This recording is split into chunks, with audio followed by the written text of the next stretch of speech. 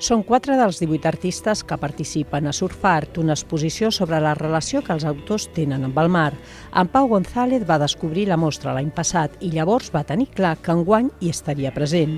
La gent que vingui a veure l'exposició es quedarà bocabadat de les onades que tenim aquí i de la forma en què ho vivim tots els barcelonins o gent de fora que es mou expressament a la ciutat per poder surfejar les onades que tenim aquí.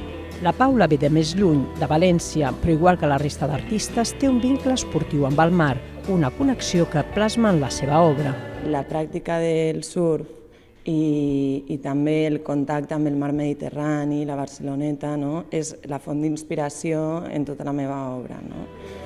Com faig treball tipogràfic, doncs és una barreja de les dues. Surfart, Barcelones Bones i la Marsona uneix a través de fotografies, pintures o escultures l'art amb el surf.